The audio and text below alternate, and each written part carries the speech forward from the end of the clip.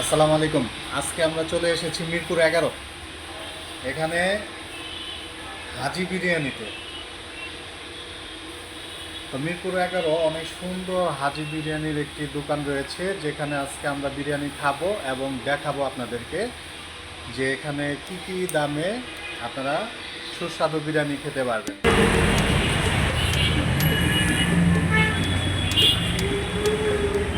ভাই, একটু খাবারটা দেখানো যাবে? এটা কি বিরিয়ানি? কাচ্চি বিরিয়ানি। এটা কত? বাসমতি চাল 220। আর এটা কত ভাই?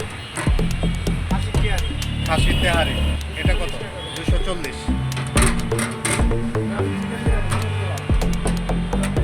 এটা হচ্ছে চিকেন বিরিয়ানি 170।